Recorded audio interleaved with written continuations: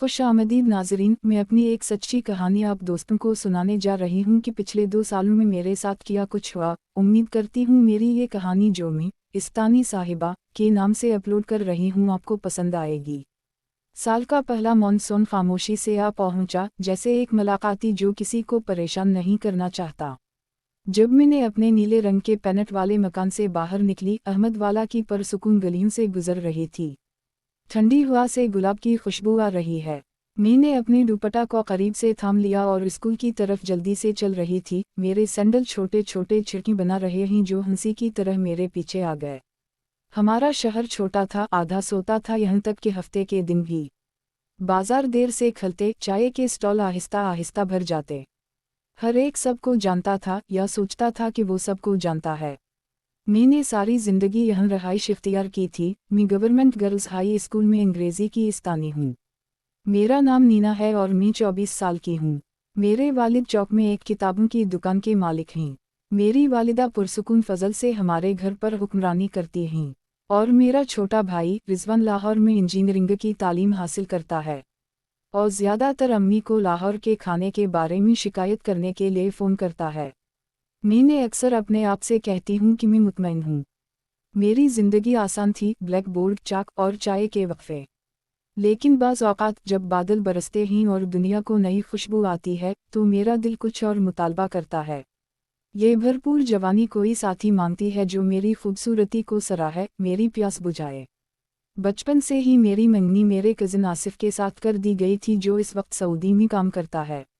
जब मैं जवान हुई तो अब्बू ने अम्मी को खाला से बात करने का कहा, मगर खाला ने बताया आसिफ 2 साल बाद शादी करेगा।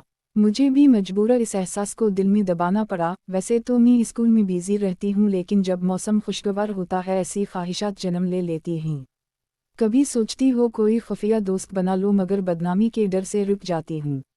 मैं यही कुछ सोचते हुए स्कूल पहुँच गई और क्लास को पढ़ाने लगी।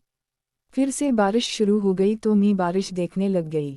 Dash dash dash. जब बारिश ने खिड़कियों के खिलाफ सरगोशी की, मैंने कुछ खैर मुतवक्के तौर पर कुछ सुना, मौसीकी।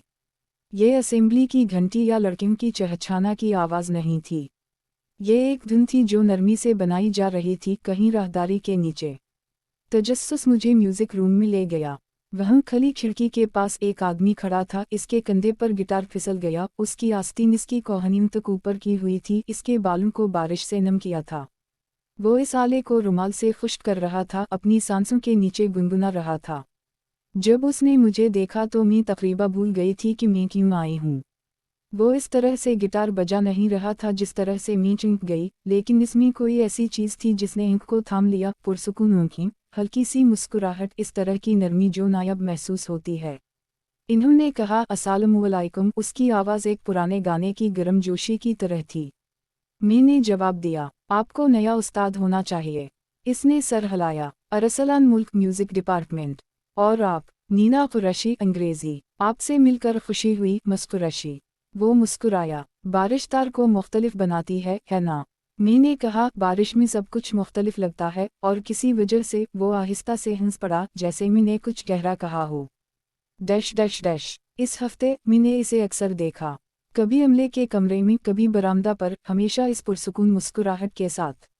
इसके पास बात करने का एक तरीका था जिसने खामोशी को भी आरामदह बना दिया। हमने चाय के वक्फे का वक्त साथ गुजारना शुरू किया। उन लड़कियों के बारे में मजाक उड़ाया जिन्होंने दिन से गाया था, टूटे हुए प्रोजेक्टर, कदीम स्कूल की घड़ी जिसने कभी सही वक्त नहीं दिखाया।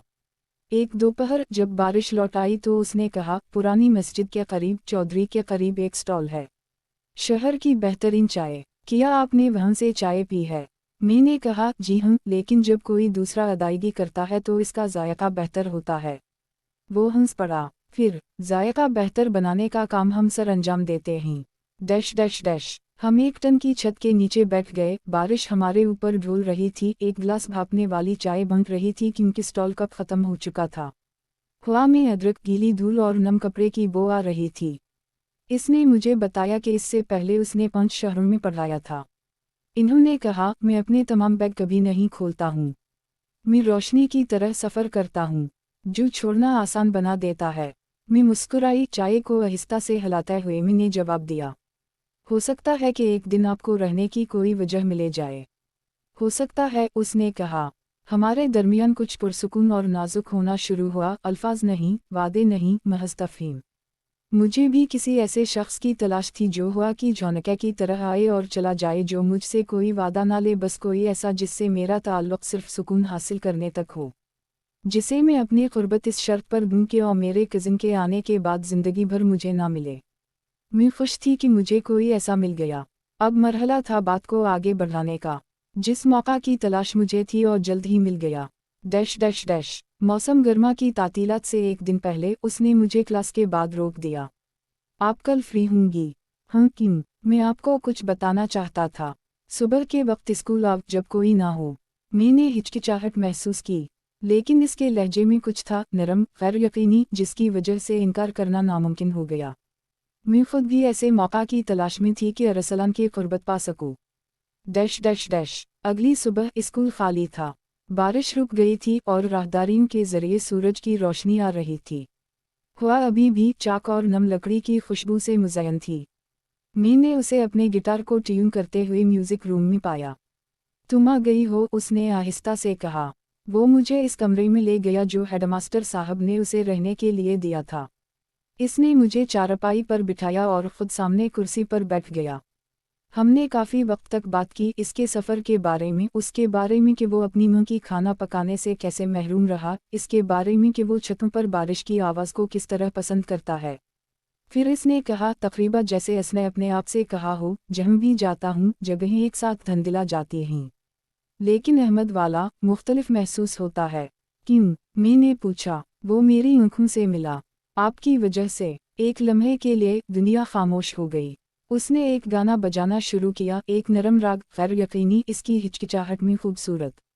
मुझे नहीं मालूम था कि उसका क्या मतलब है, लेकिन मैंने इसे महसूस किया। जब उसने ख़त्म किया तो उसने देखा। इसने मुझसे और बात की जो मैं कई माह से किसी लड़के के मुंह से सुनना चाहती थी, मगर मशरक़ी लड़की होने का पास रखते हुए मैंने इसे कहा, मैं ऐसी लड़की नहीं हूँ। इसने कहा, नीना मेरी जान, देखो हम दोनों जवान हैं, मैं जानता हूँ तुम्हारा मंगेतर 2 साल बाद आएगा। तब तक अगर तुम चाहो तो मैं तुम्हें ये सुकून दे सकता हूँ, अगर तुम चाहो तो। देखो मेरा पता नहीं है कब चला जाऊँ, मैं कभी ये बात किसी को नहीं बताऊँगा। अगर तुम्हें मुझ पर यकीन है तो ये खूबसूरत जवानी मेरे नाम कर दो। मैं तुम्हें ऐसी यादें दूंगा जो तुम सारी ज़िंदगी भुला नहीं सकोगी। मैंने कहा, तुम मुझे बदनाम कर दोगे। इसे ने मुझे यकीन दिलाया कि उसे क्या हासिल होगा मुझे बदनाम करके, उल्टा अगर और ये सब राजदारी में रखेगा तो हम दोनों का फ़ायदा है, वो जब तक यहाँ रहेगा मुझसे सुकून हासिल कर सकेगा। मैंने उसकी बात मान ली। मैंने कहा, अरसलान में अब तुम्हारी हूँ, मगर मुझे बदनाम ना करना। फिर इसने वो काम शुरू किया जिसके लिए मैं महीनों से तड़प रही थी। फिर हम वहाँ खिड़की के पास बैठ गए। गीले फर्श पर सूरज की रोशनी कांप रही थी, ना ही बोल रही थी। ये काफ़ी था। Dash dash dash. एक हफ्ता बाद वो मेरे क्लासरूम के दरवाजे पर नमूदार हुआ, जिसमें एक लिफाफा था। मेरा ट्रांसफ़र ऑर्डर, उसने खामोशी से कहा। वो मुझे रावलपिंडी भेज रहे हैं। मुझे मालूम था कि ऐसा होगा। उसने कहा था कि वो कभी ज़्यादा देर नहीं रहा, लेकिन अल्फाज अभी भी घबराए हुए हैं। मैंने कहा, आपको वहाँ नए गाने मिलेंगे और आपको नई बारिश मिल जाएगी, उसने मुस्कुराते हुए जवाब दिया। रेलवे स्टेशन पर प्लेटफॉर्म में भाप और गीले कागज़ की बो आ रही थी। इसने खिड़की से लहराया, इसके पास गिटार। मैं इस वक्त तक पीछे हट गई जब तक कि ट्रेन सिर्फ एक आवाज़ ना हुई। जब मैं रुखसत हुई तो मैंने करीब करीब एक शख्स से टकरा दी जिसके पास किताबों का एक बंडल था। माजरत, उसने माजी में जल्दी करते हुए बदलाव किया। मैंने इसे जाते हुए देखा। यह एहसास नहीं हुआ कि मेरी अगली कहानी अभी मेरी ज़िंदगी में चली गई है। कहानी का अगला हिस्सा अगली किस्त में अपलोड किया जाएगा।